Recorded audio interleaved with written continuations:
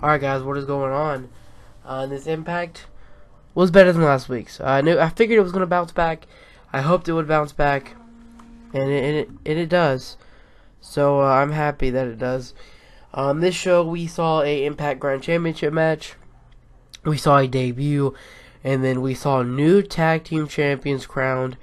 It was a good show. I mean, let's start out. First off, the one thing that I did not like about this show was the beginning. And obviously it got better with that over time. That was, Karen comes out, she calls out Sienna because she's being a bully. Like, the fuck. But, whatever, and it was about dead. I mean, they were rambling on. I was not really paying attention until the debut of Too Cocky Kevin Matthews, or just for short, KM here in Impact. And he was pretty aggressive. He was getting in the face of Karen Jarrett. And then when Braxton and Allie came out, they kind of got in a fight. And Karen set up a match for later in the show with KM versus Braxton Sutter. We'll get into that because it was pretty interesting. Crazy finisher, and first that's for sure. But the first match, I believe, was it was the X Division match between Andrew Everett and DJZ. Crazy spots. I mean, and what I was kind of happy about is we really don't get much singles matches with the X Division, so getting one here was pretty damn great, and they killed it between those two. I cannot wait to see Andrew Everett get a bigger push, because if you just look up his highlights from PWG and just pretty much anywhere on YouTube, it's crazy.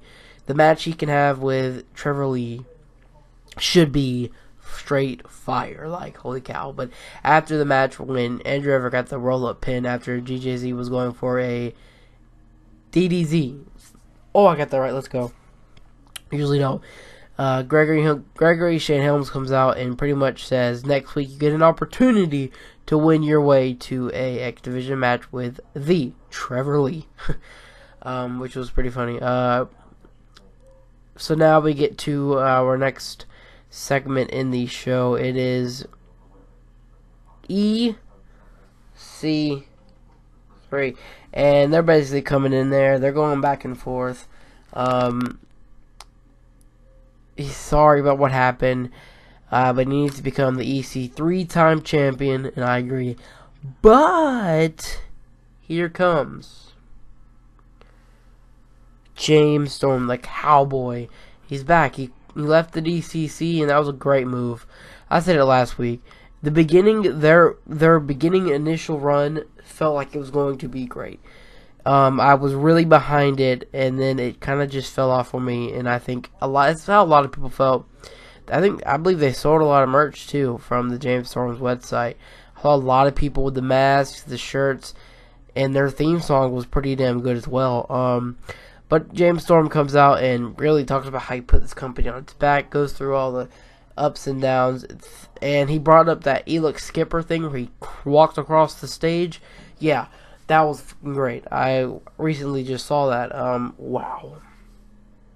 Damn near impressive. Like, wow. But they get into it, and they're going to let the fans decide. They go around hyping up the crowd most of the time, and they're going to let the fans decide who gets the world title shot, which is going to be interesting because the fans really like EC3 and they really like James Storm. I don't know who they're going to pick. Like, I don't know who they're going to pick at all. We have Rosemary out, and basically she's talking a whole bunch of crap, like no one can beat her, and I agree. Which then ODB comes out. Man, she's the GOAT. She said she was a 4-time knocked up champion, which I thought was freaking hilarious. Oh my gosh, that was great. Then all the knockouts come out, because Rosemary said the Hive, as she called it, does not agree that she's worthy of a championship shot, and basically sets up a match for next week after everybody starts brawling with a gauntlet match. Whoever walks out of that gauntlet match is the new Knockouts #1 contender. But I gotta say, there was like 3 new faces in that Knockouts division that I've never seen. So I'm interested to see who are actually staying and who are just showing up for that spot and for the gauntlet match. So I am interested in that for sure. Not much matches leading up to that, I'm going to be honest. Which there wasn't last. I mean, first hour since this new regime, new creative taking over, it's not been much matches, but there have been. The second hour, there's been a lot of matches, and this is where we started. We saw what's his name? It's on the screen. Cody Rhodes versus Moose, Impact Grand Championship match, and this was booked. This was set. This was great because a lot of people were complaining. Old creative wise, the old people they had these matches every week. People were getting burnt out and they were not liking the idea of the Grand Championship. Well, now from what we've seen, we have not seen the Impact Grand Championship match in a while. Like, it's been a couple of weeks and it's been good because they've been building up to this match. This match finally happens and a lot of people are crazy hyped for it, and it lived up to that hype. Great stuff. It really was. The first round pretty much ends up where Cody super kicks a judge, and Moose comes back in the ring, hits a power bomb, and they both separate to bring up the break, the rest period. Which you come back from break, and Bruce Pritchard now is the new judge, and basically says that Moose won that round when I honestly thought that Cody won that round. So I was like, okay, we'll have to see. Second round starts, and they are going nuts. Like, what a match. Cody starts off with a nasty clothesline. Like, destroys and makes Moose hit a flip. Like, what the hell?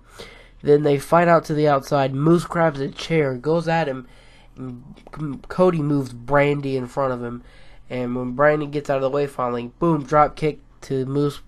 Drop kick to the chair, in which hits Moose or whatever.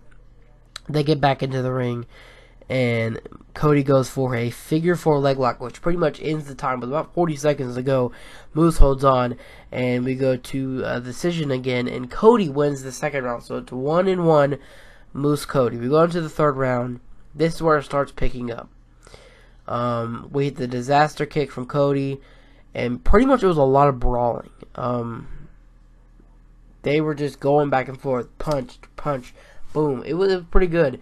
In which it finally ends up stopping the clock, and they're just still going at it. They have to be separated.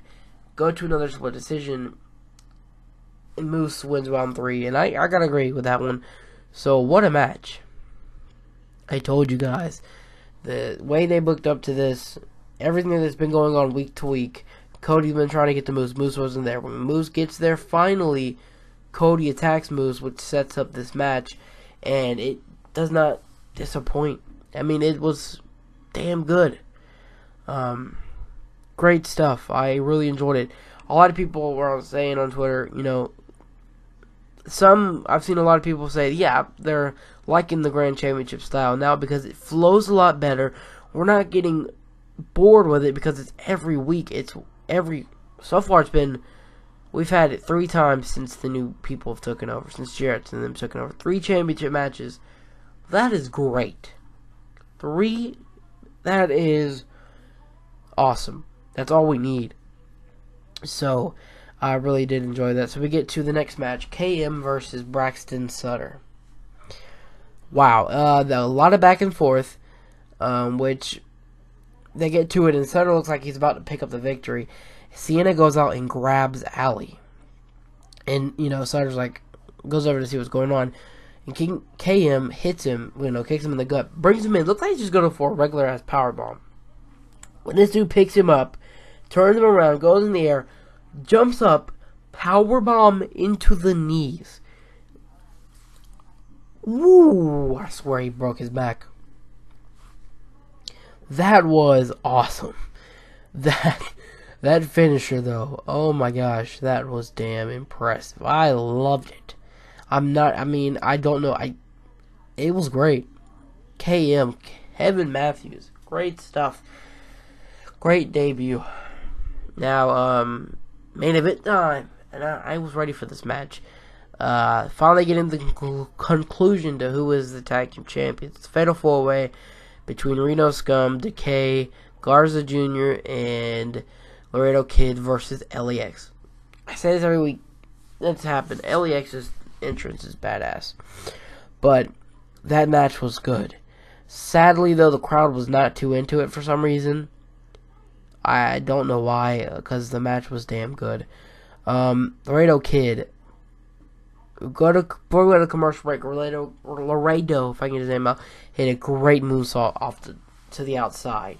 Come back from break. Garza sets I believe it was one of the Reno Scum guys down, and hits a 630, 450 splash. Holy cow, that was impressive. And then Garza Jr. hits a great moonsault, which looked good.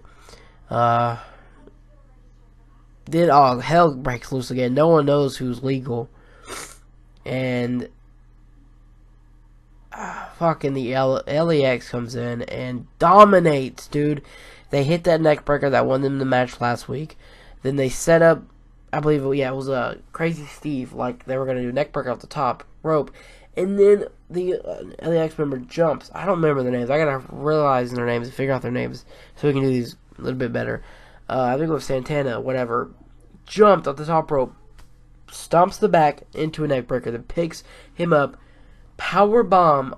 Looks like he's going for power bomb. The other guy, Santana, I believe it was again, hits a blockbuster power bomb to get the win after a distraction from Rosemary, which the chick from, I think, Diamante comes in and takes out Rosemary. What a match. What a way to end the show. Better show than last week. We've got new tag team champions in LAX. Alright. I like this tag team division. I really do. So, I don't think I missed anything this week, so we don't have to go back and discuss anything. We had a good show. Better than last week's.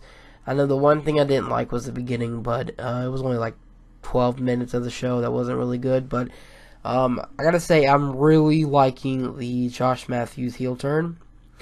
Because when Jeremy Borash got out of the ring after the knockout started brawling, Josh Matthews goes, well, look at this, Jeremy Borash running away from girls once again. That was freaking hilarious. The little things he was saying to JB throughout the show. They weren't bickering during the matches too much. And the little things he would say, the messing with JB was freaking hilarious. Loved it. Had me laughing the whole time. So yeah, what did you guys think of the show? Before we get to the ending outro part, I do want to say this weekend, of course we got WrestleMania. It's not part of the Impact, but we had it in there. Tomorrow I'll put on my predictions for WrestleMania. Then Sunday night, I don't know where the review will be. It will either be on FPSG, another channel I'm with.